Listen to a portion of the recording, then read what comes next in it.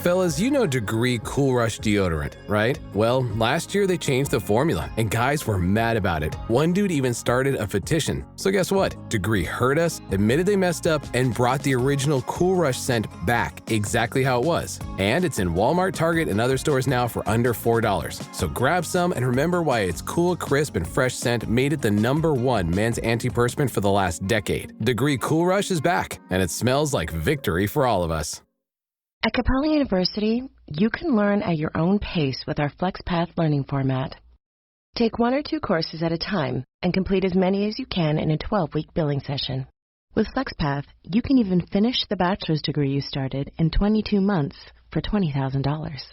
A different future is closer than you think with Capella University. Learn more at capella.edu. Fastest 25% of students. Cost varies by pace, transfer credits, and other factors. Fees apply.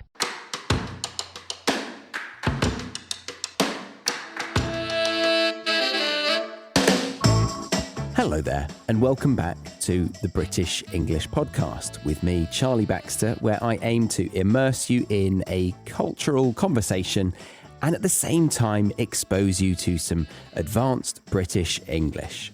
Now, have you ever heard a story so unbelievable you actually thought it might be made up? Well, brace yourselves, because that's exactly what I've got in store for you today. We're looking at the British Post Office scandal, a tale of technology, justice, and some serious heartbreak for ordinary people just trying to do their jobs. But it's also a story about resilience, about how even in the face of powerful institutions, ordinary people stood their ground and eventually helped expose the truth. And yes, it's a true story.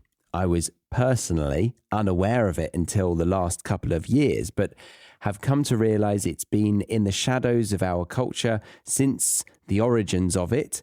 And while you won't be thrown into a conversation around this topic the moment you land in the country, it's rather shocking and eye-opening. So I reckon it's worthy of your attention. So let's get into it, shall we? Vitamin Water was born in New York because New Yorkers wanted more. Like more flavor to go with all the flavor. A refreshing drink after climbing 6 flights of stairs to a walk-up apartment, or standing in the subway station in 100-degree heat. Focus when I have an 8-hour shift, and Triple X after I was out all night at a club. Call Triple X. Drink Vitamin Water. It's from New York. Good night, itchy eyes. Good night, sudden sneeze. Good night to your symptoms of allergies. Zysol is the allergy medicine you take before bed. It provides powerful relief while you rest your head. Not just all night, but all the next day. Zysol keeps working, keeping allergies at bay. And without those annoying symptoms disturbing your rest, you can wake up the next morning feeling your absolute best. Remember, be wise all, take Zysol. At night. Right, so the post office here in the UK is a bit of an institution. I mean, you probably even know of our iconic red letterboxes, right? And it's branded as the Royal Mail. And nearly every stamp has the Queen's profile on them, and maybe the King's. I actually haven't sent a letter since her passing. I suppose it's now King Charles. Let me just check.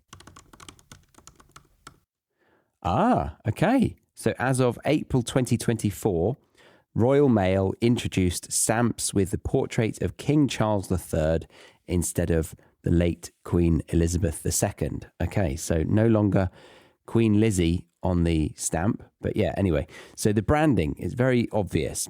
Royal Mail. And we have the actual post office in pretty much every village high street. And the branding, yeah, it's very obvious. That royal red, that stands out. And being that it's been around for so long, it's become a pillar of the community, you could say. But back in the late 90s, the powers that be decided it was time to upgrade. Enter the Horizon computer system. Now, at first glance, Horizon seemed brilliant. Faster transactions, fewer paper records, and all that jazz. But as often happens, what looked good on paper turned into an absolute nightmare for hundreds of postmasters and mistresses across the country, the people that work in the local branches of the post office. Now, before we get into the thick of the scandal, let's pause for a moment and think about those people, those postmasters and mistresses.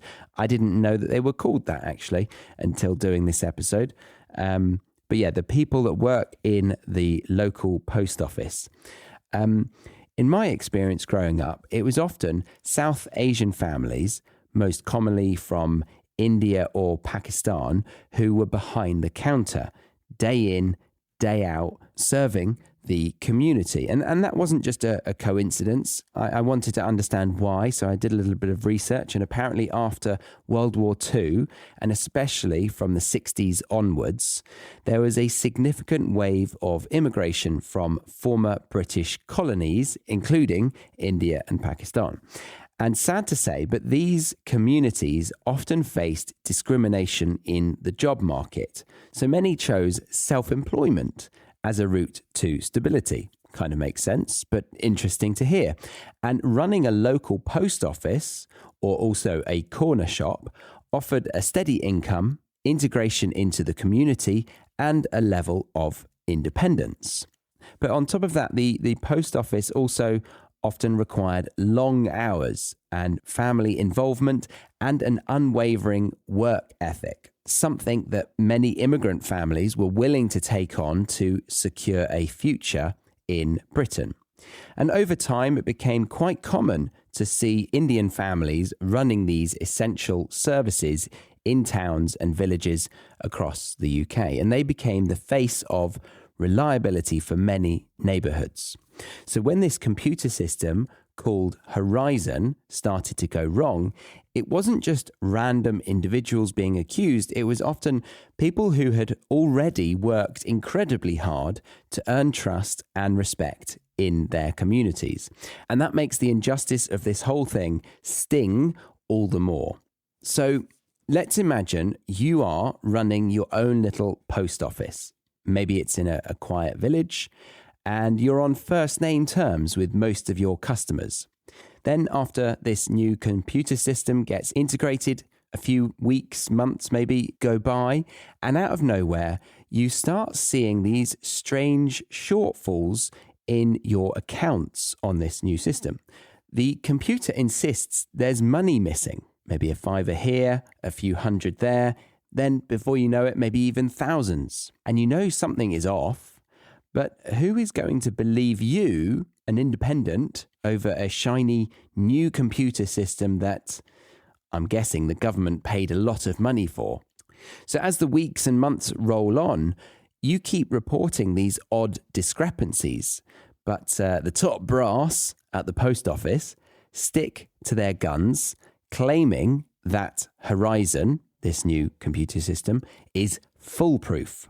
Now, you're the one feeling the pressure because you might lose your job, your reputation is on the line, and people begin to start whispering about you behind your back. And for some, it got a lot worse than that. I'm talking prison sentences. Yeah, real prison time. The post office actually prosecuted many postmasters for theft and fraud because the system claimed they were unexplained cash shortages, and some of them pleaded guilty to avoid harsher sentences. Others fought on, insisting they'd done nothing wrong, but at the time, it was nearly impossible to stand up to the post office's legal team because they had deep pockets and a firm belief that Horizon couldn't possibly be at fault. And if we take the story of Jo Hamilton, she ran a small village post office, and one day Horizon claimed she was thousands of pounds short. She tried to explain it must be an error, but in the end, she found herself in court branded a criminal. And I mean, Just think about that. You know you're innocent and no one believes you. The pressure, the shame, the fear, it must have been unbearable. And those accused described it as the most isolating feeling imaginable, being told by everyone around you, even the judge, that you must be lying. And the newspapers had a field day too, as you can perhaps imagine. So reputations were torn to shreds, marriages sometimes fell apart, and some people ended up losing their homes due to mounting legal fees. And what really strikes me is that these weren't like big-time fraudsters living it up in secret. These were everyday people who genuinely cared about their customers and, their community. I mean, you could almost say that they were the backbone of the village, high street, or local life. The number one selling product of its kind with over 20 years of research and innovation. Botox Cosmetic, out of botulinum toxin A, is a prescription medicine used to temporarily make moderate to severe frown lines, crow's feet, and forehead lines look better in adults. Effects of Botox Cosmetic may spread hours to weeks after injection, causing serious symptoms. Alert your doctor right away as difficulty swallowing, speaking, breathing, eye problems, or muscle weakness may be a sign of a life-threatening condition. Patients with these conditions before injection are at highest risk. Don't receive Botox Cosmetic if you have a skin infection. Side effects may include allergic reactions, injection site pain, headache, eyebrow and eyelid drooping, and eyelid swelling. Allergic reactions can include rash, welts, asthma symptoms, and dizziness. Tell your doctor about medical history, muscle or nerve conditions including ALS or Lou Gehrig's disease, myasthenia gravis, or Lambert-Eaton syndrome and medications, including botulinum toxins, as these may increase the risk of serious side effects. For full safety information, visit BotoxCosmetic.com or call 877-351-0300. See for yourself at BotoxCosmetic.com. Saturday presents, in the red corner, the undisputed, undefeated Weed Whacker Guy. Champion of hurling grass and pollen everywhere. And in the blue corner, the challenger, extra strength Saturday. Eye drops that work all day to prevent the release of histamines that cause itchy allergy eyes. And the winner by knockout is Saturday. Saturday, bring it on. So after years of this misery, a few brave souls refused to give up. They dug deeper into Horizon's background, and it turns out it was riddled with technical faults. The system was anything but foolproof. Eventually, investigations kicked off, whistleblowers came forward, and the media started sniffing around, but for the right reasons. And it became crystal clear that the real culprit wasn't the staff, it was the software. Suddenly, the whole narrative flipped on its head, and those who'd been locked away or forced to plead guilty began appealing their convictions. Legal challenges were lodged. Lawyers who specialized in these kinds of cases started joining forces with the victims, and slowly but surely the truth seeped out. And in the end, the courts quashed dozens upon dozens of these convictions, and it was official that the Horizon system was to blame, not the people in the post offices up and down the UK. So I guess here we have a huge amount of relief and vindication, but this was a while ago, and people had already served prison sentences and families had suffered irreparable damage. So it was a bittersweet victory, if you can even call it that. And the post office itself issued apologies, and there have been compensation schemes to try and right the wrongs. But money can't heal everything, can it? When your reputation and peace of mind have been dragged through the mud, there's no magic wand to make it all better. Yet, I suppose if there's a glimmer of hope to be found here, it's that ordinary people can make a difference, because it was the perseverance of wrongly accused postmasters, and that forced the truth into the light. Yes, they united. They refused to be silenced, and eventually justice began to catch up. So it's a powerful reminder that even in the face of huge, powerful institutions and overwhelming odds, truth and solidarity can still win out in the end. So this scandal teaches us that, and that technology is not infallible, no matter how shiny or well marketed it might be. And that's particularly relevant right now in the AI generation. I wonder if the new generation will be called that, the AI generation. We obviously need to keep a close eye on all of this. And secondly, the people in charge have to be held accountable, right? If something seems fishy, you can't just blame the person working at the counter without giving them a fair chance to defend themselves. I haven't researched this, but I just don't understand how, because there were multiple cases, they didn't put 2 and 2 together. Perhaps each case was isolated, but yeah, it seems crazy that it got to this level. Over time, many of those affected leaned on each other for support and swapping stories, evidence, and advice. And that communal determination is what brought the truth to light. But yeah, that was the post office scandal in a nutshell. Rather shocking, right? And I know I try to keep things lighthearted on this podcast for your listening practice, but sometimes we need a dose of reality, a moment to stop and recognize the weight of what some people have had to endure, often quietly for far too long.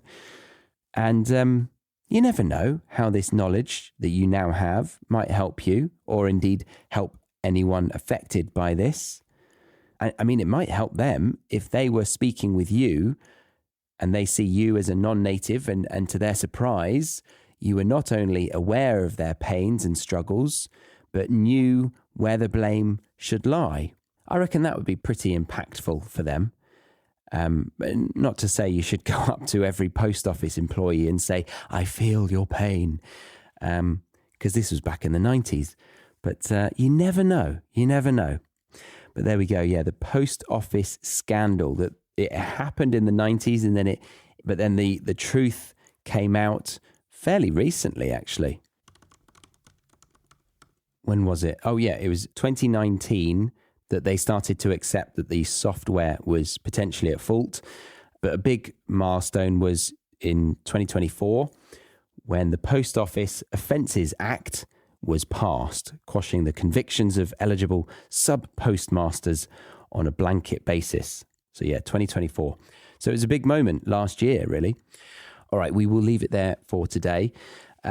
Obviously a fairly scandalous episode, but I used quite a few advanced phrases to challenge your listening today. But yes, thank you very much for joining me and listening to the end. I don't know how much you know about this space, the podcast world, but it's getting more and more populated, and it's starting to have a negative impact on independent podcasters who have been doing it for several years. My guess, this is a bit conspiracy, tinfoil hat kind of thing, but my guess is that the celebrities and big names who are being sponsored to now get into podcasting are being given the spotlight on podcast apps, and video podcasts are also being encouraged, mainly because the likes of Spotify can get you engaging with the paid ads more and more because your phone is open. That's my guess. But my point there is to embrace the independent podcasters. I think that's why I love podcasts, is because it's not big corporations making media. It's people that are just wanting to share a passion of theirs through a very enjoyable medium that allows us to stay present in our day and, feel very connected to that person. So I truly value your listenership because I love making podcasts. There's something about it that just makes me incredibly happy. So I love your support. Also, dig deep with other independent podcasters out there. Give them some love because, it's getting busy. It's getting busy. There we go. I hope you have a lovely week, and I look forward to seeing you again soon. My name's Charlie, host of the British English Podcast. Bye-bye.